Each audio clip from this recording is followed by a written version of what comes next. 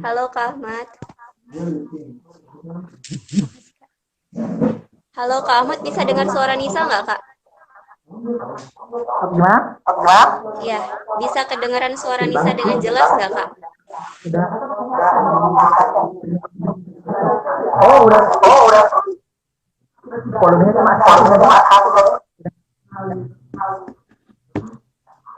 Halo Kak Ahmad, kita cek sound dulu lah ya untuk satu Boleh, boleh. menit.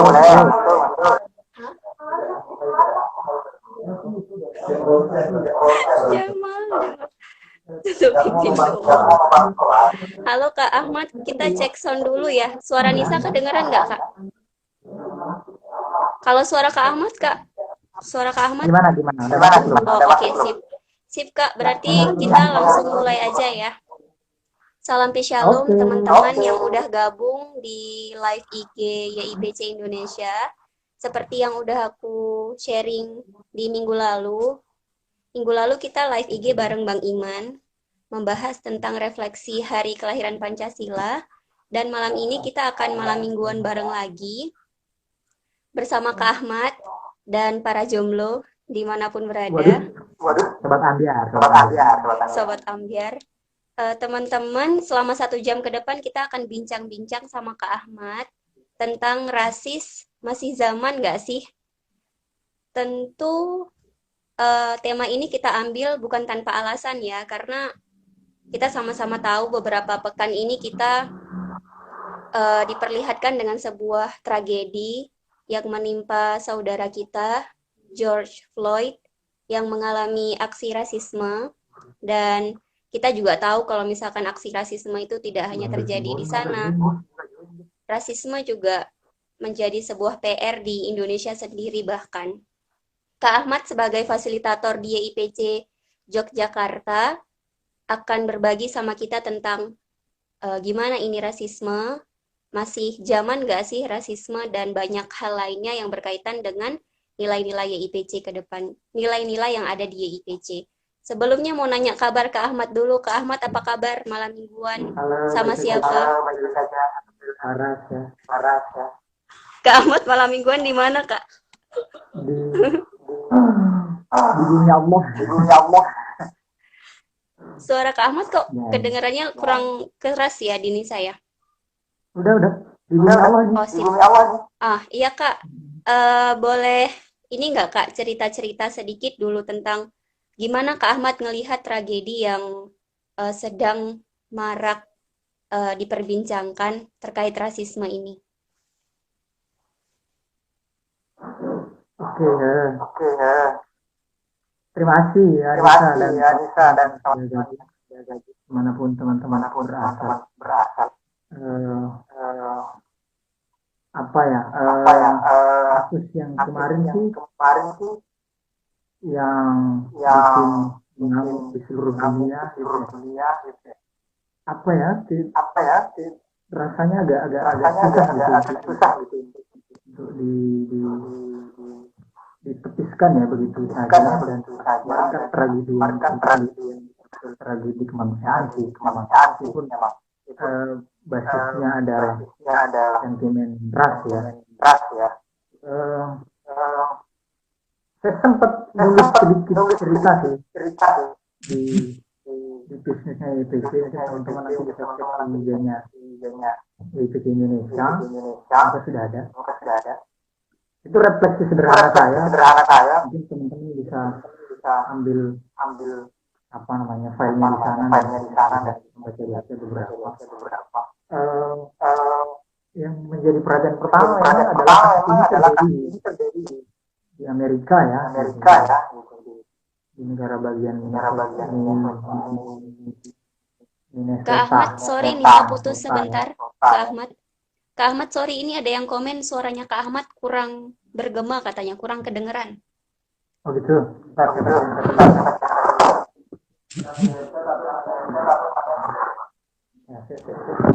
Aduh. Maaf.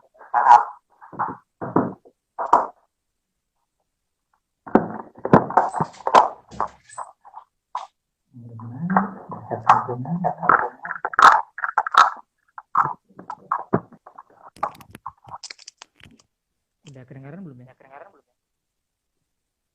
Masih menggema nggak?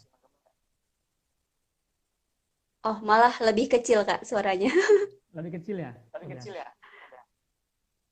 Ya, gimana ini ya? Ada kedengaran belum ya? Maaf lagi di desa ini. Teman-teman yang nonton boleh ikut komentar nggak suara Kak Ahmad kedengeran atau enggak nih? Atau cuma di HP aku aja? Apa cuma di udah banyak tuh para jamaah sebut akhir gabung ya. Halo guys, Nggak ada suaranya ya Kak? ngomongnya biasa aja. Udah kedengaran belum? Masih kecil banget. Aduh,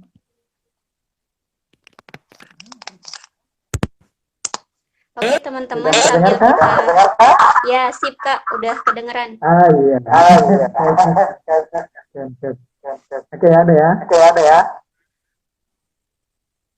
Iya Ya, Kak. terima kasih teman-teman masukannya. Saya lama di desa, jadi ngerti begini. Ya, kalau bicara yang kemarin masih bergema, oke. Suara saya menggema ya? Kalian duduk berdua aja nih katanya.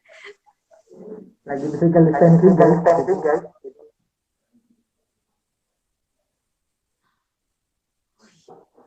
Udah ya? Kedengeran nggak Kak? Kak Ahmad kayaknya nggak apa-apa deh dilanjut aja. Iya dah. Adanya di udara ya. Bergema. Berasa di gua. Di gua hero ya. Penonton harap tenang ya sambil kita nunggu Kak Ahmad untuk mengatur suaranya. Teman-teman yang mau nanya, boleh nanti pertanyaannya dititip di kolom komentar. Nanti aku akan tanyain, bantu nanyain ke Kak Ahmad. Boleh nanya apa aja seputar rasis atau seputar malam minggu bagi para jomblo di luar sana. Halo Kak Ahmad. Iya, cek 1 juta. Udah lebih baik sih Kak suaranya. Masih menggema nggak? Kayak di hutan.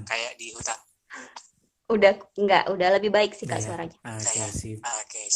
Iya, ada pertanyaan. Bisa nggak di-kick orang itu? Itu ujaran kebencian nggak? Oke, teman-teman. Sehari tadi keputus ya. Sampai di mana tadi? Oh, di apa namanya? Admin bisa bunuh orang. Bicara cyber hate speech itu kan? Ya, ini lagi ngomongin rasisme malah kita. Nah, teman-teman menyikapi kasus yang kemarin gitu ya. Apalagi dalam konteks apa namanya? Kasus kemanusiaan kemarin yang mungkin satu elemen rasisme masuk di situ. Yang kemudian sebetulnya saat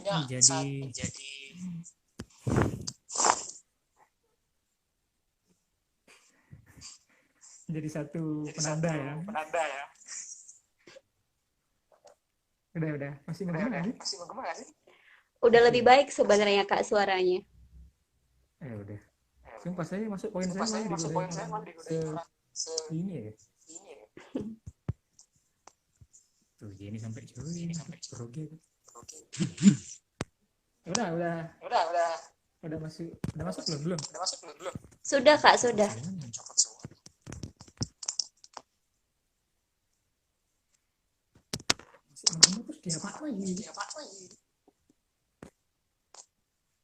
Teman-teman ini Kak Ahmad udah pakai handphonenya Kak Jenny.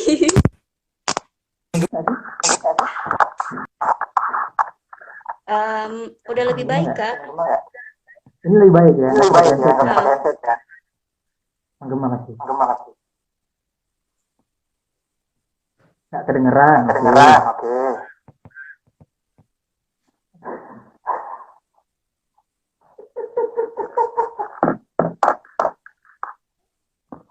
Di mana para hadirin Masih menggema nggak? Urutnya? Dari parah gimana? Tapi di aku kok, kalau di aku kok Lama-lama saya sebenarnya dibakar nggak orang. menggema ya. Kalau di aku sebenarnya nggak menggema, Kak. Iya, kedeketan ya. Ya ampun. Saya pindah nih guys.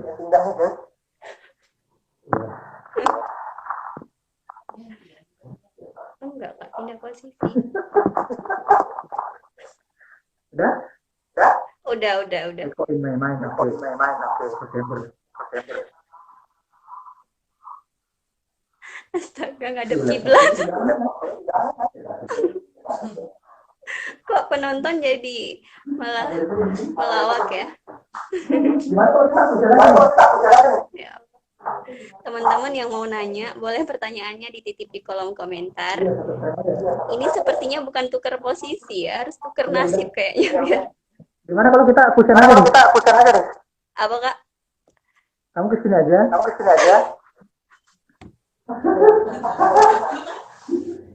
Iya. Ya Allah. Iya, sumpah ini lah. Watching time para hadirin. Ya udah deh.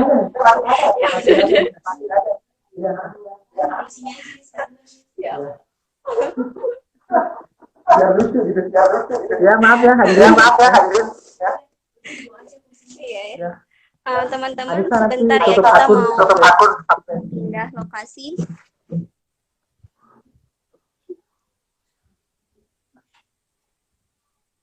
Kak Ahmad di mana? Udah mati belum? Gimana mati? Itu aja dimatiin, Kak. Itu Anissa soalnya ini. Oh gitu. Oh iya.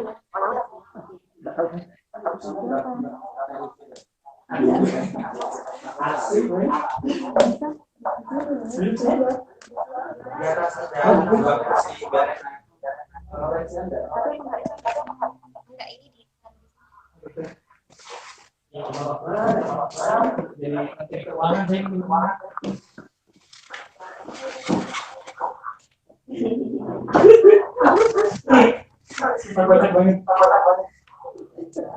Dimatiin dulu.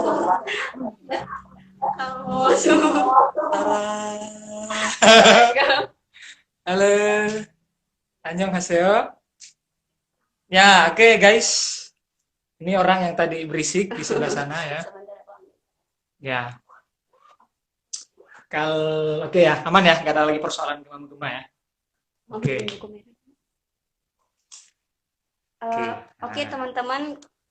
Sekarang lebih kondusif ya dari tadi, dari posisi tadi, dan mau lanjutin. Gimana Kak Ahmad melihat tragedi rasisme ini terulang lagi dan lagi? Kak Ahmad mungkin boleh ulang lagi statement pertamanya, karena tadi kan keganggu banyak hal ya. Silakan Kak Ahmad. Oke. Oke. Komentarnya semua ini ya. Begitu mengerikan ya para hadirin dan penggemar ini. Oke, teman-teman, bicara soal kasus yang kemarin, saya sih mencoba membaca beberapa hal ya. Mungkin nanti teman-teman boleh komentar banyak gitu. Saya Ahmad, sial. Siapa yang mau kenalan lagi tuh? Gitu. Nah, kasus yang kemarin saya sih tadi sempat ini ya, sempat nulis di webnya YPC Indonesia. Teman-teman bisa cek di IG-nya YPC Indonesia itu. Nanti teman-teman bisa baca di situ. Menurut saya penting untuk teman-teman juga baca. Landscape. Oke, ya. Tulisannya nggak ikut landscape juga ya. Nah, oke guys. Terima kasih sudah bergabung. Nanti Anda bisa membaca artikel lebih panjang lagi. Kalau memang bicara soal kasus di kecamatan Minnesota itu, ya, itu memang saya sih mencoba membayangkan bahwa sepertinya kita agak susah untuk keluar dan untuk tidak membacanya sebagai sebuah kasus yang tidak berbau rasisme, karena dilalai misalnya yang pada posisi penindas itu kebetulan sekali dia punya pigmen kulit warna putih itu, dan yang kedua adalah dia yang ditindas punya pigmen yang berwarna hitam kulitnya kebetulan. Jadi saya membaca bahwa itu sangat sangat sangat susah untuk lepas dari satu spektrum yang namanya rasialisme gitu. Sehingga apa namanya, hari ini misalnya kemarahan orang di banyak tempat, di banyak negara gitu, itu menjadi sebuah kewajaran gitu, dan disusul oleh banyak aksi-aksi unjuk rasa dan apa namanya, apalagi ya unjuk rasa sih, dan di Amerika beberapa belahan negara kan rusuh ya, dan lalu menjadi berakhir kekerasan juga ternyata unjuk rasa, yang mestinya satu langkah yang tepat untuk dilakukan di negara-negara demokrasi untuk satu kebebasan berpendapat gitu. Nah, apa namanya, sebelum itu sebetulnya saya sedang membayangkan kita berada pada dunia yang beragam ya, yang saya bayangkan mungkin di tiap-tiap Anda yang menonton sudah apa namanya, mungkin sedikit banyak juga menghidupi hal-hal yang orang hadapi di Amerika gitu, berseberangan dengan orang-orang yang berbeda-beda rasnya, apalagi kita tinggal di Indonesia yang rasnya banyak, itu beragam. Saya sih membaca mungkin gaung-gaung seperti rasisme itu kan tipe-tipe ini ya, tipe-tipe seperti labeling ya, sebutlah begitu, yang mungkin orang pakai gitu untuk melihat sang lian gitu, untuk melihat sang lian yang kemudian itu menjadi masalah, meskipun mungkin di banyak tempat manifestasinya bukan ras gitu, mungkin bisa body gitu ya, bisa tubuh gitu. Apalagi ya agama, kita nggak usah bahas agama lah, agama sudah terlalu capek kita di Indonesia, sudah kenyang banget gitu. Dan banyak hal lagi yang menurut saya manifestasi seperti ras itu bisa bunyi dengan manifestasi yang lain gitu, dengan tema-tema yang berbeda. Sorry. Nah, saya sedang membayangkan kalau Indonesia misalnya kasus yang paling dekat dengan kita misalnya Papua gitu, yang paling hangat-hangatnya orang bicarakan, dan apa namanya, konteks kedekatan kita dengan ini ya, dengan kasus rasisme ala Indonesia gitu. Kalau di apa namanya, kabupaten yang namanya Amerika itu kan memang apa namanya, kasus rasialismenya lebih panjang ya, bahkan sejak abad 16-an misalnya, ketika apa namanya, perbudakan dimulai gitu. Nah, dan banyak hal lagi, teman-teman bisa buka catatan sejarah Amerika gitu tentang rasialisme. Indonesia juga mungkin punya konteksnya sendiri tentang Papua dan banyak hal lagi, manifestasi cerita-cerita Papua yang memang orang bisa apa namanya, orang bisa lihat apa namanya, orang bisa lihat corak rasisme gitu khas ala Indonesia yang memang apa namanya, bisa Anda perhatikan gitu. Misalnya kemarin kasus di mana namanya, di dusun Minnesota itu kan, lalu orang bisa baca bahwa ada seorang yang namanya apa namanya, Mas Floyd, yang kedapatan mau beli rokok tapi dia pakai uang palsu gitu. Akhirnya kemudian, Tapi itu juga belum, ya terlepas dari perilaku moral ya, maksud saya itu kemudian bisa jadi satu persoalannya, dia nggak sempat disidang, keburu mati gitu, sehingga memang kita nggak bisa lihat catatan hukum tentang apakah dia murni bersalah atau tidak gitu. At least bahwa ada mungkin peristiwa etik di situ yang mungkin masalah gitu, tapi satu sisi yang orang lihat adalah respon polisi yang kemudian berlebihan, yang kemudian membawa ceritanya panjang sekali ketika orang melihat, oh ada orang putih menindas orang hitam, kan itu jadi panjang ceritanya kan belakangan. Nah, disitulah kemudian negara-negara lain mencoba menafsir, dan negeri kita bagi saya kemudian juga lekat dengan kasus-kasus yang sentimennya ras gitu. Saya tinggal di Jogja, teman-teman, dan saya kesini 2012 gitu. Saya sempat aktif di banyak sekali persatuan teman-teman timur, karena ya Jogja mungkin beberapa orang yang pernah dengar mitos-mitos tentang Jogja yang pelajar, berbudaya, berkarakter, berhati nyaman, berhati mantan, semuanya lah gitu. Teman-teman akan bisa melihat sebetulnya agak dekat gitu, era-era 13, 14 itu sampai mungkin 16, mungkin sampai sekarang sebetulnya. orang-orang yang tinggal di Jogja masih punya juga kemudian satu sentimen-sentimen tentang Papua yang kebetulan buruk sih. Anda mungkin bisa cek berita-berita online yang memang apa namanya yang masih eksis di dunianya, dan kamusnya Mbah Google yang nyimpan bagaimana kemudian diskriminasi gitu dan perlakuan-perlakuan yang buruk yang diterima teman-teman Papua gitu. Nah, di tulisan saya di Peace News itu teman-teman bisa cek. Di situ saya sempat membuka salah seorang teman dari Papua namanya GG. Hari HAM tahun lalu yang jatuh 1 Desember 2019 itu sempat ada aksi banyak di Jogja khususnya memperingati tentang Hari HAM gitu. Nah, Hari HAM itu memang diperingati agak luas gitu di seluruh dunia. Nah, salah satunya Jogja. Saya membuka tulisan saya tentang bagaimana GG ini waktu itu ada panggung terbuka. GG sempat apa namanya berkomentar dan memberikan orasinya, tapi waktu itu dia baca puisi yang kalau tidak salah waktu itu dia baru karang. Di situ kami sempat menemukan tulisan asli dia waktu itu. Jadi apa namanya GG waktu itu nulis di bagian awalnya dan saya hanya ngambil di fragmen awalnya saja waktu itu. Jadi GG menulis semacam satu alegori di dalam apa namanya di dalam tulisannya itu. Jadi GG ngomong gini, saya pernah minta saya untuk kam, pernah minta hitam, pernah minta kering, pernah minta tidur di atas emas, pernah minta berenang di atas minyak. Itu kata GG ketika waktu itu GG sebagai seorang mahasiswi Papua yang saya sedang bisa membayangkan sebetulnya dan bergaul dengan banyak teman-teman timur dan ya saya bisa merasakan gema-gema kekhawatiran gitu. Gema-gema kecemasan ketika Anda sebagai orang lain di tanah Jawa ini, di tanahnya Ngarso Dalem di Yogyakarta, teman-teman Papua bisa merasakan ketakutan-ketakutan karena mereka berbeda etnis atau mereka pendatang dalam tanda kutip. Itu berulang bagi saya di banyak tempat gitu. Sehingga memang kalau kata Martin Luther King Jr., ya ketidakadilan satu tempat itu akan berdampak di banyak tempat ketidakadilan itu. Sehingga itu yang terjadi saat ini gitu. Rasisme di Amerika bisa berulang di Selandia Baru, bisa berulang di Amerika Latin sana, di kecamatan mana itu bisa berbunyi dentumnya gitu. Meskipun mungkin kadarnya berbeda-beda gitu. Dan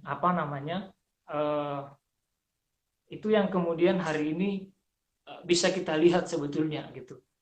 Saya membaca sebetulnya di tulisan saya sempat mengutip Usman Hamid misalnya, ketua Amnesty Indonesia, sama Astinawati, ketua Yayasan Lembaga Bantuan Hukum Indonesia. Gitu. Dua orang teman ini kan yang sebetulnya mendampingi teman-teman Papua di Jakarta sana untuk menghadapi pengadilan misalnya ketika anak-anak Papua itu dituduh makar misalnya. Dan itu yang memang sempat kita lihat masing-masing bagaimana elemen rasial itu kemudian masuk di dalam persoalan yang kadang-kadang remeh atau sederhana, tapi bumbu yang namanya ras itu kemudian masih ampuh di banyak isu atau persoalan gitu. Nah, ya bicara tentang konteks Amerika, bagi saya kemudian Amerika punya konteksnya sendiri sih teman-teman, yang kita akan bisa lihat secara panjangnya dari abad 16-an, 17-an ketika Abraham Lincoln juga menjabat, yang kemudian ketika Abraham Lincoln menjabat dia mencoba memenangkan satu pertarungan politik tentang anti perbudakan gitu, karena di abad 16-an kan ketika memang rasialisme itu kan dimulai dari perbudakan di Amerika misalnya. Kita akan mencoba melihat sejarah panjangnya gitu, di dalam lintasan sejarah bangsa negara yang namanya Amerika gitu, meskipun juga orang-orang kulit putih juga di sana kan pendatang. Tentu mungkin ada banyak elemen gitu, elemen tentang sentimen pendatang, pribumi, sentimen tentang mayor minor, sentimen saya dan dia, saya mereka, itu bermain gitu di situ gitu. Lalu disinilah kemudian kita akan mencoba ditantang tentang hal-hal yang kita sebut keragaman misalnya. Sehingga dikotomi tentang saya dan mereka, saya dan Lian itu selalu ada gitu. Anda bisa menerjemahkan itu dari kasus rasisme, agama, dan banyak hal lagi yang bagi saya itu selalu berbunyi gitu. Apalagi kira-kira saya lanjut lagi. Iya, itu gambaran umum dari Kak Ahmad, dan makasih banyak Kak Ahmad untuk gambaran umum atas tragedi George Floyd dan yang terjadi di Indonesia juga. Oh ya, mau ngabarin teman-teman yang baru nonton, Nanti kita save ini dan akan ada di IGTV, jadi bisa nonton ulang lagi. Ya. Apa namanya? Kalau ngomongin tentang rasisme ini kan salah satu hal yang ada di dalamnya kan merasa superioritas gitu kan, Kak. Terus kalau kita tinjau dari narasi keagamaan lah, Kak Ahmad sebagai salah satu member IPC Muslim yang di IPC kita berlandaskan kitab suci, boleh nggak Kak kayak berbagi tentang apa kata kitab suci tentang rasisme ini? Terus kitab suci Al-Quran kah, Alkitab kah, dan teladan-teladan dari junjungan kita juga nih Kak, Nabi Muhammad, Isa Al-Masih atau Yesus Kristus. Karena kan kadang orang-orang kalau misalkan ngomongin tentang rasis nih sadar gitu, pernah jadi pelaku, pernah jadi korban, tanpa diberitahu bahwa ada loh dalam Alkitab, ada loh dalam Al-Quran, kok kayaknya kurang greget gitu. Boleh nggak Kak Ahmad sharing? Kalau saya ditanya soal agama, sebetulnya bagi saya sih agama ini kan menjadi satu perangkat yang kemudian, perangkat nilai maksud saya, yang kemudian bisa banyak manusia gunakan gitu. Jadi adalah perangkat sehingga dia bisa applicable gitu untuk digunakan untuk mengatasi satu elemen isu yang namanya rasialisme gitu. Nah, di Quran misalnya ada satu chapter yang sempat nyebut misalnya bagaimana di situ Tuhan ngomong ke Muhammad lah, karena mungkin Muhammad ngomong sama Tuhan langsung. Itu di sana misalnya ada satu fragmen yang ngomong bahwa laqad karramna bani Adam misalnya. Jadi telah kami muliakan misalnya para manusia ini atau para pengikut-pengikut Adam gitu. Nah, itu yang kemudian juga sangat terlihat misalnya ketika ada satu analogi di Quran yang sangat khas menurut saya. Ketika di Al-Baqarah itu misalnya nerangin bahwa ada Quran mencoba membangun satu analogi bahwa ketika kamu menjaga satu manusia itu seperti kamu menjaga seluruh umat manusia gitu. Ketika kamu membunuh satu manusia itu kamu membunuh seperti membunuh seluruh umat manusia. Itu analogi teman-teman. Yang saya bayangkan bahwa sebetulnya kerangka berpikir untuk menjaga kehidupan, untuk memelihara jiwa itu menjadi sangat fundamental sebetulnya.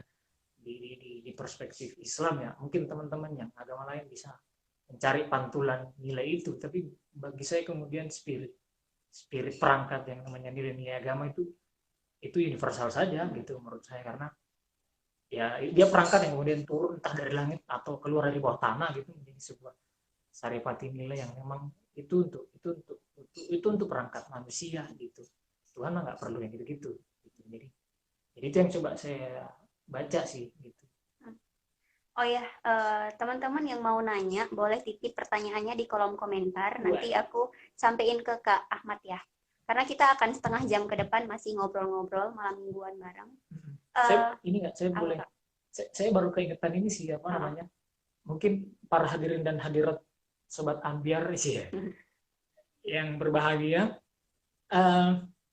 Jadi setelah kasus Mas Floyd kemarin itu kan saya sempat keingetan sebetulnya apa namanya, mungkin beberapa teman itu film apa, masih ingat film yang kalau nggak salah dia menang Oscar tentang rasisme juga gitu, mungkin ada yang masih ingat tentang film Green Book. Anda boleh komentar di kolom komentar itu. Film Green Book itu tahun lalu meluncur gitu, Anda bisa menontonnya. Saya langsung teringat film itu sebetulnya. Atau Ip Man gitu, ada yang nonton seri franchise-nya Ip Man yang paling terakhir itu, Ip Man jilid 4 gitu. Nah, di situ kan juga ada ini ya, ada kasus yang bercorak rasialisme gitu. Kalau di Ip Man Anda akan melihat bagaimana Ip Man ini kan sebetulnya film yang sebetulnya secara khusus ingin memframe tentang sejarah Wing kan sebetulnya. Yang memang lagi-lagi sutradara akan selalu memberikan apa namanya tempelan-tempelan cerita gitu. Nah, salah satu tempelan cerita tentang Ip Man adalah bagaimana sejarah apa namanya sejarah Wing Chun menembus Amerika sebetulnya, yang lalu kemudian sempat ada satu konflik yang terjadi misalnya ketika konflik oleh Yona gitu, anak Tionghoa itu yang kemudian berkonflik dengan temannya siapa, anak pirang satu itu yang kemudian anak tentara di situ. Nah, Anda kan melihat kemudian satu sentimen yang kemudian bermain bagaimana mereka ejek-ejekan tentang siapa sih pendatang di Amerika Serikat gitu-gitu. Itu yang orang lihat gitu, dan kemudian ada percaturan antara apa mungkin Asia gitu atau non Amerika dengan Amerika, yang akhirnya di akhir film kan itu pertarungan antara Ip Man dengan sersan siapa lah waktu itu. Akhirnya kan waktu itu juga punya ketegangan yang agak berbau rasial gitu, ketika sang tentara orang Amerika ini lalu mencoba membangun supremasinya sendiri waktu itu. Dan juga film Green Book sebetulnya, kalau teman-teman ada yang masih ingat beberapa potongan-potongan film Green Book, bagi saya detail Green Book itu ini ya apa namanya, detail Green Book itu sangat mengagumkan sebetulnya di tiap-tiap dialog yang tajam ya. Jadi ada betul-betul turning point yang dihadapi sama seorang Tony Lip yang kebetulan berkulit putih dan bertemu dengan Dr. Shirley yang kebetulan pianis kondang dari kulit hitam gitu. Nah, kemudian dua orang ini kan dibalut oleh satu momentum perjalanan gitu, satu momentum perjalanan yang akhirnya mengkondisikan mereka untuk ngobrol, mengkondisikan mereka untuk saling melindungi, berdialog gitu. Nah, satu hal yang sebetulnya saya masih ingat sekali sebetulnya di dialog tajam di film itu adalah satu scene ketika, kalau ada yang masih ingat teman-teman, satu scene ketika waktu itu mereka ditangkap satu negara bagian di apa namanya di Amerika, dan aturan di daerah negara bagian itu adalah orang kulit hitam tidak boleh keluar rumah atau berkendara kalau tidak salah ingat di jam-jam malam tertentu, saya lupa. Nah, waktu itu mereka terhalang dan dihadang oleh aparat polisi waktu itu. Jadi ternyata Tony Lip yang supirnya juga itu nggak tahu ada aturan sekonyol itu bahwa orang hitam nggak boleh keluar malam, dan kebetulan Tony Lip bawa penumpang orang hitam gitu, bosnya sendiri yang ingin membawanya tur ke negara bagian Amerika bagian selatan gitu. Akhirnya waktu itu mereka Tony Lip sempat memberikan identitasnya gitu. Tony Lip waktu itu kan di identitas yang dia bawa nyupir gitu, itu kan Tony Vallelongia gitu, yang polisinya nggak tahu ini Vallelongia nama apa nih gitu belakangnya gitu. Terus kata Tony Lip ini agak ada Italinya gitu, kata Tony Lip. Akhirnya polisinya ngomong waktu itu, yang kebetulan kulit putih itu polisinya, terus dibilang oh pantas kamu bawa si kulit hitam itu, kamu aja itu setengahnya negro atau setengahnya orang kulit hitam. Jadi pokoknya dia di orang Tony Lip yang kebetulan kulit putih itu akhirnya agak sedikit tersinggung ketika dikonotasikan punya setengah dari namanya itu yang relate dengan orang kulit hitam. Akhirnya digamparlah polisi itu sama Tony Lip. Akhirnya dipenjaralah mereka. Itu dipenjara meskipun tidak beberapa saat. Nah, waktu itu Dr. Shirley agak marah gitu. Kenapa Tony Lip itu marah memukul polisi itu?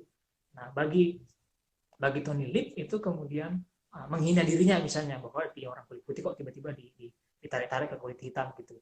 Nah, Dr. Shirley yang memang digambarkan menjadi satu orang yang lebih bijaksana dalam karakter tokohnya itu, lalu dia memberitahukan Tony Lip bahwa kamu saja yang baru hidup kamu saja yang baru hidup, yang baru sekali saja itu dihina tentang kulit hitam, itu kamu udah langsung marah gitu.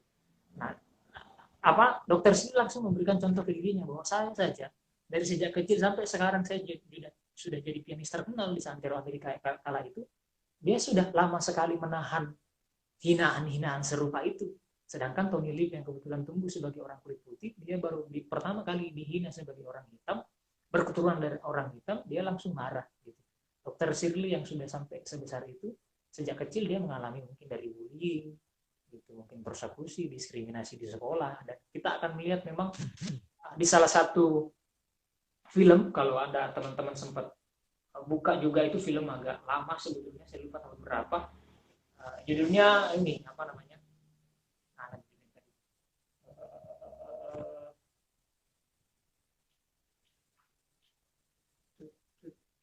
judulnya Mississippi Burning. Jadi Mississippi Burning ini ada satu ungkapan yang sangat menarik di situ. Jadi ada satu ungkapan bahwa kebencian itu tidak dilahirkan tapi diajarkan. Itu betapa bagaimana kemudian rasialisme itu menjadi sistematik gitu, menjadi satu sistem di beberapa belahan bagian Amerika itu, sehingga muncullah kelompok, kalau Anda pernah dengar Ku Klux Klan itu, yang memang menjadi penggambaran utuh di film itu kemudian menjadi satu kelompok supremasi kulit putih yang juga dia ingin memusuhi banyak kelompok gitu, Yahudi, Katolik, imigran-imigran gitu. Mereka gerakannya sangat radikal. Jadi Amerika saja yang memerangi rasisme agak panjang lama itu sekarang saja masih kerepotan gitu. Cuma kan kemarin kita mendapat angin surgawi ketika orang kulit hitam pertama kali naik ke tampuk kepemimpinan Amerika yang paling tinggi gitu.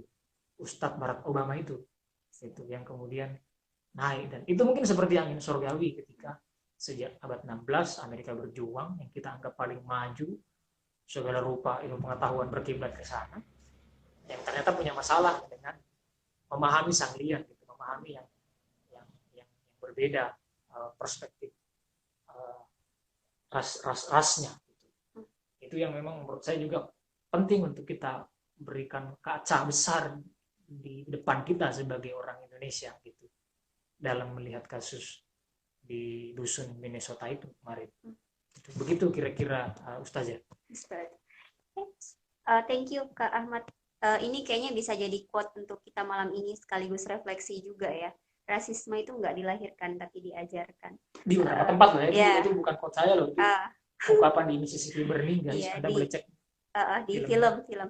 Film judulnya bisa dilihat di tulisan Kak Ahmad ya, yang diunggah di Peace News siang tadi. Ada banyak pertanyaan nih Kak yang udah Masya masuk. Allah, saya belum belajar ini. Pertanyaan dari Warjam Restorasi, dari beberapa teman-teman lainnya. Aku langsung bacain aja ya. Ini Warjam Restorasi, dia punya 2 pertanyaan. Wah, Warjam Restorasi. Halo Warjam Restorasi, salam restorasi. Adminnya kepo banget. Contoh di Mobile Legends nih Kak, player dari Myanmar sering dicap noob player dan dihina ketika satu tim. Oke, itu satu masalah. Gimana menurut kakak, ini rasisme enggak? Oke, saya nggak tahu, saya bukan pemain Mobile Legends, silahkan Anda pilih sendiri. Terus ini pertanyaan kedua dari Warjam Restorasi, cukup aktual juga pertanyaannya tentang tragedi Fizi dan Upin Ipin. Kamu udah nonton episode? Enggak. Loh, gimana nih? Enggak, saya udah nggak nonton TV sejak lama, termasuk seluruh isinya yang memuakkan itu. Nah, ini pertanyaan Warjam Restorasi. Kenapa Fizi tega berkata seperti itu kepada Upin Ipin? Siapa yang mengajari? Ya Allah. Adakah terjemahan semiotika atau hermeneutika yang terkandung di dalamnya? 2 pertanyaan dari Warjam itu. Ya, halo Warjam, saya nggak tahu jawabannya. Itu saya belum belajar sejauh itu. Saya belum pernah mengkaji secara agak begitu dalam tentang visi dan unsur-unsur semiotika dan siapa yang mengajari. Gitu. Ya, itu kayak nyari siapa ibu kandung Thanos gitu-gitu, angel bos, susah ya. Jadi cuma memang saya cuma merasa bahwa saya mencoba menafsir agak semena-mena ini visi, meskipun saya nggak sempat nonton sih. Ini anda sebagai pengamat Upin Ipin boleh komentar sih. Gitu. Kalau kasus visi saya entah kenapa itu kayak seperti apa namanya, kasus-kasus anak-anak yang beberapa itu dekat sebetulnya, jadi beberapa anak-anak itu kayak visi gitu, cara bullyingnya gitu. Iya. Tapi mungkin dia nggak sadar juga itu bullying. Ya itu dia, sehingga maksud saya beberapa imajinasi anak kecil itu kan tidak punya referensi tentang itu. Hanya kemudian ini tatakan berpikir orang dewasa atau mahasiswa yang kritis gitu, tiba-tiba melihat fakta dalam dunia anak-anak. Kan gitu. Saya mungkin merasa bahwa ketika teman-teman para sobat ambiar waktu masih kecil ini juga mungkin ada yang kayak gitu juga gitu. Misalnya teman SD-nya melambai, bencong loh gitu. Ya mungkin mereka waktu itu menganggapnya sebagai suatu sistem kenormalan gitu. Dan itu yang memang seperti beberapa kasus rasialisme di Amerika di beberapa bagian itu sebagai sebuah kenormalan. Gitu. Yang mungkin bagi beberapa orang itu masalah gitu. Seperti body shaming, seperti bully-bully berbasis agama gitu. Itu kan beberapa orang ketika orang itu sudah begitu dingin dan terbiasa, mereka menganggap itu sebagai sebuah kenormalan gitu, sehingga ya ada yang salah nanti di beberapa, sementara dalam konteks tertentu kita sedang menjalin relasi sih, itu yang jadi persoalan, sehingga kita akan tergesek gitu, sehingga lagi-lagi kenormalan yang kita punya itu tabrakan dengan kenormalan yang lain, tentu tabrakan gitu, itu yang rumit untuk kita jembatani. Ini ada lucu Kak, komentar dari media_smkn1 Kombeng. Wah, halo Kombeng. Wah, ini mesti dari kecamatan mana nih? Ras Barat dan Timur Indonesia berada dalam satu frame miring. Salam layar miring kita kayaknya nih. Dari Aceh, terus dari Makassar.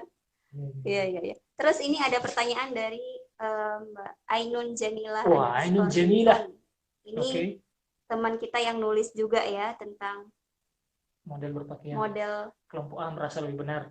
Oh, pertanyaannya nih dari Ainun Jamila _Nun, model berpakaian kelompok A merasa lebih benar dari model berpakaian kelompok B. Ini bisa disebut rasis nggak? Jadi begini teman-teman, bagi saya sebetulnya rasisme itu kan secara term gitu atau etimologi. Mungkin kalau Anda buka diktat-diktat yang baku dan normatif itu kan pasti bicara tentang hal-hal yang biologis ya, fisik gitu. Yang memang saya sempat ngomong tadi, mungkin kakak Ainun Jamila mungkin dari Kecamatan Merkurius itu baru gabung gitu. Nah, saya bayangkan sebetulnya rasisme ini kan satu label yang kita punya banyak label teman-teman. Labelnya salah satunya tentang ras. Labelnya mungkin tentang gender. Jadi label-label itu kadang-kadang jadi alat tackling sebetulnya. Wah, terlalu ini istilahnya. Tackling maksudnya ras hanya satu elemen saja sebetulnya. Elemen dalam label, istilahnya dalam sosiologi. Yang mungkin beberapa elemen itu juga punya istilah yang sinonim gitu. Sehingga memang kalau Ainun tadi menggunakan istilah tentang merasa benar, itu laten gitu. Jangan kan berpakaian gitu, cara mikir aja kadang-kadang kan kita masih ketempelan gitu. Cara ngomong. Anu tuh mikirnya, dangkal aja mikirnya itu gitu. Sehingga pada saat yang sama, Anda akan berada pada posisi yang tinggi, dan ketika Anda langsung menjudge orang itu akalnya dangkal, pada saat yang sama kan Anda meninggikan akal Anda sebetulnya. Dan itu manifestasi yang banyak di mana-mana gitu, berpikir tentang ras, tentang agama, apalagi klaim-klaim surgawi. Itu siapa yang paling tinggi surganya kan begitu-begitu. Sembari dia mengambil surga, dia juga kemudian berusaha untuk memasukkan orang lain ke neraka. Kan gitu. Sehingga ras hanya satu elemen yang kemudian itu mantul di banyak, mantul ya. Maksud saya itu bunyi gitu, menggema di banyak istilah-istilah yang lain yang di luar tentang rasisme, tentang fisik gitu. Hitam putih, pesek mancung gitu. Pendek, tinggi, gemuk, kurus, ya kayak gitu sebetulnya. Dan berbicara soal rasisme kan itu kalau Anda buka KBBI bagi penggemar bahasa Indonesia yang baik dan benar dan soleh itu, ya Anda akan mengecek KBBI tidak punya banyak literatur soal itu selain berbicara tentang perbedaan biologis gitu. Nah, kalau ngomong sudah biologis itu pasti sangat material tentang tubuh gitu. Sehingga tambah luas gitu. Kalau orang sudah ngomong tubuh gitu kan, itu seperti kita nyaplok tanahnya orang gitu. Itu kita masuk ranah privasi orang, sudah masuk ranah privasi orang, injak lagi privasinya orang. Itu kan makin kurang ajar gitu. Sudah masuk ke dalam perspektif tubuh orang, Anda hina lagi. Gitu. Saya bilang lah, Anda susah terlalu menjadi mengerikan kalau Anda bisa mampu menghina orang lain, apalagi menghina saja kemudian itu sudah satu tahap yang sudah bahaya ya. Karena bagi saya kekerasan itu kan kemudian itu muncul dari awal-awal orang menghina, merendahkan. Merendahkan berarti Anda membuat orang inferior, dan pada saat yang sama Anda membuat diri Anda superior. Kak Ahmad, ini banyak teman-teman yang antusias di kolom komentar. Ada Faiz Miftahul Huda. Ini sedih karena pertanyaannya tidak digubris, dan pertanyaannya tadi di atas udah ke atas. Ya Allah, nggak apa-apa dia. Kenapa rasis itu enak? Nanyanya kayak gitu, Kak. Itu kayak begini, itu kayak bagaimana kalau saya melihat teman saya jatuh dan kita tertawa gitu. Itu kenapa ya gitu kan sih? Tapi dalam hubungan yang udah deket banget itu pertanda kedekatan nggak sih kadang-kadang? Kalau orang-orang kayak Faiz yang tinggal di Jawa Timur yang memang kalimat thayyibahnya itu seperti itu gitu ya. Lalu kemudian ya lagi-lagi etika itu kan kemudian terikat dengan banyak situasi ya gitu. Sehingga memang saya juga nggak tahu maksud Faiz tadi rasis enak itu yang gimana maksudnya. Apakah dia mampu untuk menyebutkan satu contoh yang konkret, lalu kita bahas contohnya. Karena bahas rasisme kan itu tema umum. Sehingga manifestasinya apa tuh rasisme gitu. Kita menghina orang monyet aja itu kan kemudian sudah bernuansa rasialisme yang keras gitu ya. Apakah yang seperti itu misalnya? Apakah sang penanya tadi yang terhormat Faiz Miftahul Huda itu kemudian ini ya merasa kemudian enak gitu, nyaman, mendapatkan semacam kepuasan gitu. Ya itulah yang kemudian seperti yang kakak Elif yang sebut istilah normal itu, kemudian itu yang Ketika normal, ya itu sebetulnya istilahnya Heidegger itu kan itu kayak dingin sebetulnya ya. Itu seperti perawat, teman saya sempat ngobrol sama saya kemarin, dia sempat tanya gitu, aktivitas apa selama kamu merawat pasien itu yang paling mengerikan? Nggak ada. Udah ada.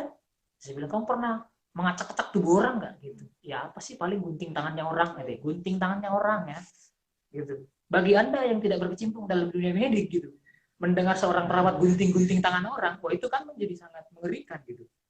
Lalu kemudian karena dia terbiasa dalam tanda kutip itu masuk dalam standarisasi kenormalan gitu. Nah, Anda akan bisa baca tentang hal-hal normal dalam istilah-istilah psikologi yang daki-daki itu, yang tinggi tentang kenormalan. Gitu. Cuma memang sampai pada satu tahap Anda tidak akan menganggap itu satu masalah sebetulnya. Aduh, saya lupa istilahnya dalam psikologi itu. Ya seperti mungkin beberapa kalangan di Amerika yang memang diajari rasis gitu di Amerika, sehingga kalau tidak rasis itu tidak normal gitu, sehingga itu masalah kemudian gitu, itu menjadi masalah. Cuma kan kemudian yang jadi persoalan adalah masalah itu tumbuh dalam ruang interaksi Anda sebetulnya, ruang kontrak sosial Anda sebetulnya di masyarakat gitu. Belum lagi kalau ditarik lagi ya kontrak bernegara macam-macam tuh, yang kemudian negara-negara itu juga punya perangkat hukum yang mengatur warganya gitu. Ya kayak gitu sih, para sobat Ambiar yang antusias banget di kolom komentar saling menyapa. Kolom subscribe juga kayaknya ada. Sepertinya apa ya, pada menikmati malam minggu bersama daripada di rumah aja rebahan sendiri. Ini memang di rumah mereka. Mereka di rumah aja. Nggak tahu deh pada di mana. Ada masih banyak pertanyaan Kak, dan kita memanfaatkan 12 menit terakhir. Ini dari Fitria Listikoma. Halo, menurut Fitria. Kakak terkait sifat manusia yang secara alamiah, hal seperti itu gimana? Saya juga setuju rasisme itu ada sejak di akar. Setuju diajarkan karena pola pikir membedakan itu diajarkan. Kak Ahmad bisa? Agak berat nih bos. Saya belum belajar sebetulnya. Selain belum belajar, saya juga belum makan. Sifat alamiah jadi manusia. Agak terkunci otaknya. Ya, jadi saya alami yang seperti itu. Sebetulnya begini ya, saya ingin jujur bahwa saya sebetulnya tidak tahu apa yang orang sebut alamiah ya. Jadi itu agak berat untuk kita bincangkan gitu. Seperti gelapnya kita ngomong yang mana kita sebut given dari Tuhan, itu rumit gitu. Karena bagi saya itu tafsir yang sangat subjektif, lebar gitu. Cuma memang berbicara soal yang persoalan yang tadi tentang alamiah gitu, saya cuma membayangkan bahwa di beberapa tempat itu memang pola tumbuh kita kan imitasi sebetulnya gitu, mengimitasi. Bahkan sebetulnya kalau pakai teori psikologi perkembangan yang paling klasik gitu, Anda mengimitasi waktu kecil gitu. Itu yang paling klasik sih di dalam teori psikologi perkembangan. Cuma kan kesini-sini saya coba membaca beberapa hal gitu, Anda akan mencoba melihat bahwa sampai dewasa gitu manusia mengimitasi. Plagiarisme mahasiswa itu imitasi. Gitu. Sehingga Anda akan melihat sebetulnya Anda akan melihat bagaimana sampai tumbuh perkembangan manusia gitu, proses mengimitasi terus berlangsung gitu. Dan saya juga tidak tahu, karena mungkin kita ketemu malam ini, kita akan kemudian menyadari, mungkin Anda juga kuliah sampai S3 gitu, S-Teller, SON gitu, Anda lalu memahami beberapa termin-termin yang luas gitu, tentang rasisme, tentang diskriminasi, yang mungkin era-era perguruan tinggi mungkin Anda tidak menyadari sesuatu bahwa ini masalah gitu, bahwa ternyata membuli teman saya yang malambe yang saya sebut bencong itu sudah kekerasan gitu, itu sudah tiba-tiba, dan itu Anda langgengkan dan Anda tertawakan. Nah itu kadang-kadang tuh apa yang memang menjadi satu persoalan di kontrak sosial yang lain ya. Saya tidak masalah kalau memang Anda punya kontrak sosial yang lain, entah dalam pergaulan itu menjadi bahasa kemesraan, nah itu urusan lain. Tapi kemudian di dalam kerangka kontrak sosial yang lain gitu, di ruang-ruang yang terbuka atau ruang publik yang Anda tidak tahu siapa di depan Anda, itu menjadi susah gitu. Anda ngomong di medsos gitu, Anda langsung dihakimi oleh banyak netizen yang jempolnya mahasakti itu gitu. Anda kemudian bisa melihat dan mengalami langsung bagaimana bahwa itu menjadi sangat sistematik. Cuma memang kesadaran Anda mungkin akan ditantang lebih aware, lebih dewasa ketika Anda memahami mungkin termin-termin, lalu kemudian Anda akan melihat beberapa kenyataan-kenyataan yang ternyata itu dehumanisasi gitu. Oh ternyata kalau kita gini itu merendahkan martabat orang ya gitu, karena setiap orang kan melekat tuh apa namanya martabat-martabat yang memang itu sudah harga mati kemudian orang orang miliki dan tidak bisa dikurangi apalagi dihilangkan begitu teman-teman. Siap. Ini komentar-komentar di bawah, Wah, sapaan-sapaan antar para penonton. oke. Semoga bisa saling follow-follow juga ya, siapa tahu ada jodohnya mampir di situ. Oke. Oh, sip. Ini dari Andra, Kak. Andra Kenapa, Andra? UII. Apakah yang melabeli sok alim, sok ganteng, sok cantik itu juga termaksud rasisme terselubung? Aku nggak tahu ya, maksud saya apa Ya, namanya? niat orang ngomong ya nggak ada yang tahu ya. Saya sedang ingin saya sedang ingin melihat bagaimana tipe-tipe komentar sebetulnya. Jadi membaca beberapa komentar misalnya tadi kan beberapa mencoba menilai saja menurut saya gitu. Jadi agak susah gitu. Kalau masuk pertanyaannya Anda kan tadi sok ganteng lu gitu. Sok alim. Itu kan penilaian sebetulnya gitu. Saya sedang membaca bahwa rasialisme juga erat gitu dengan manusia judging gitu. Itu ini banget, itu ketat banget sih gitu. Sok alim lu gitu, sok cantik lu. Itu kan ekstraksi gitu dari satu fakta yang dia baca bahwa itu alim gitu. Yang ya itu dia yang menjadi rumit ketika Anda kemudian menjadi hakim, menjadi penilai bagi banyak orang, sehingga memang saya melihat bahwa itu semua mengalir gitu, bahwa ketika Anda sudah mulai punya tentang satu sentimen atau ketidaksukaan lah, dari dislike dulu lah ya, dari satu ketidaksukaan itu mungkin tiba-tiba akan masuk ke tahap selanjutnya, dia akan menjadi sebuah pikiran yang kristal.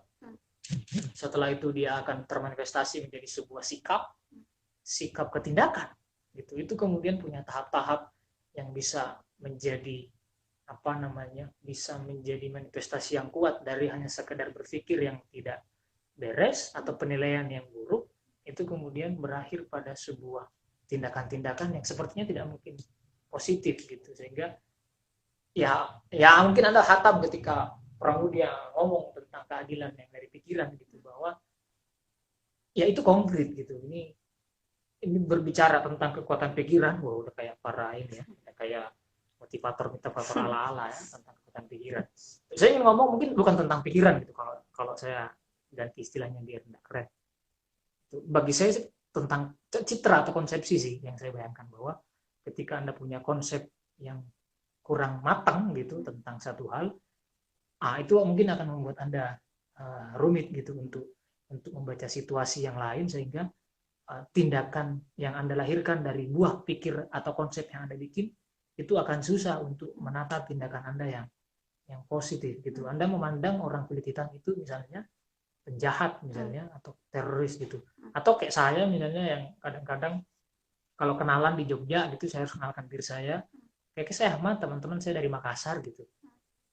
Bunyi kata Makassar saja itu sudah melekat pada dirinya label yang mungkin dikonstruk oleh media. Itu persoalan analisis wacana dan teman-temannya lah gitu. Cuma saya sedang membayangkan bahwa ya kita lekat akan itu gitu, bahwa kita akan mengkonsumsi petanda-petanda.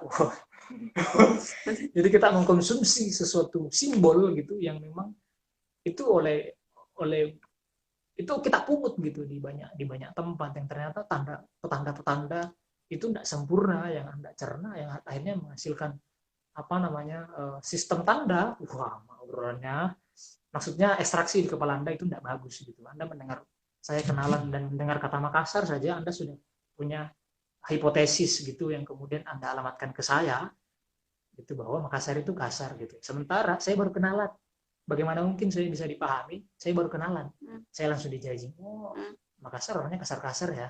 Tuh, saya langsung hajar orang itu sambil ngomong Makassar tidak kasar kan gitu.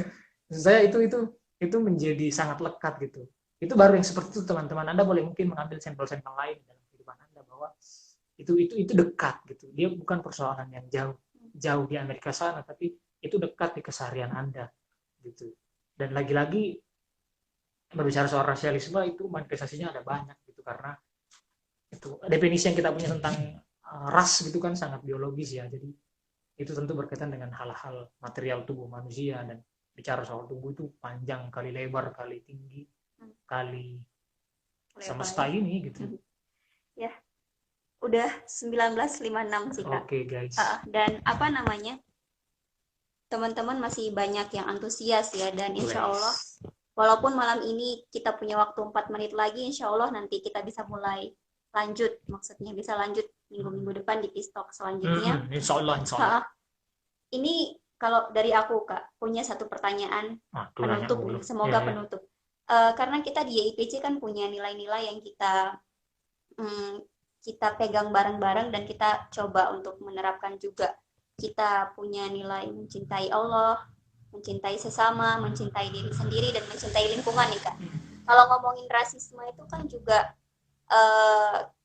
kita bisa belajar nih ke nilai-nilai tadi.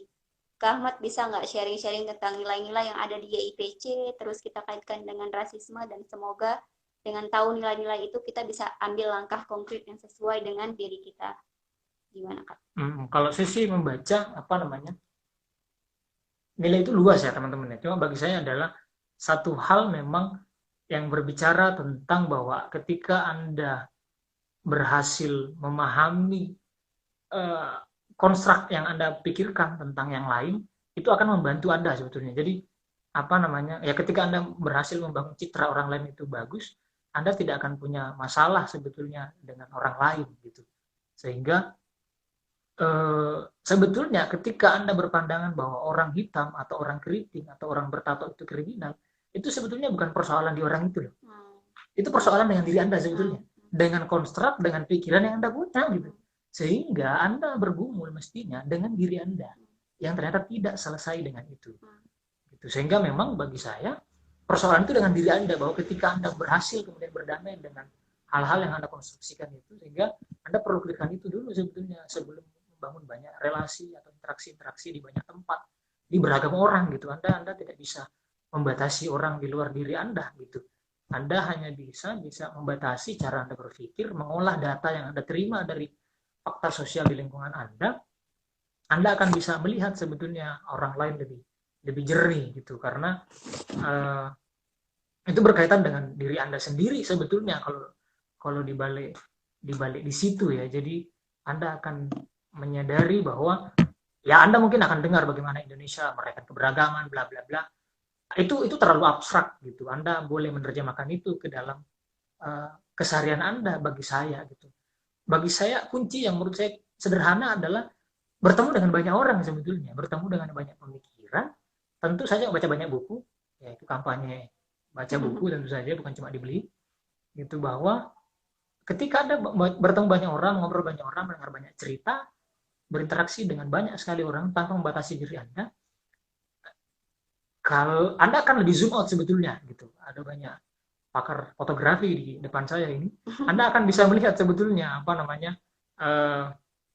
Anda akan bisa melihat diri Anda itu lebih zoom out kalau bertemu dengan banyak orang, sehingga Anda tidak kaget gitu. Itu penting sih sebetulnya yang Anda lihat gitu. Waktu saya udah mau habis guys ya. Iya teman-teman, kita punya waktu 12 detik lagi. Makasih untuk nonton Pistok malam ini. Sampai jumpa di Pistok selanjutnya. Terima kasih teman-teman semuanya. Jangan lupa ditonton ya. Kita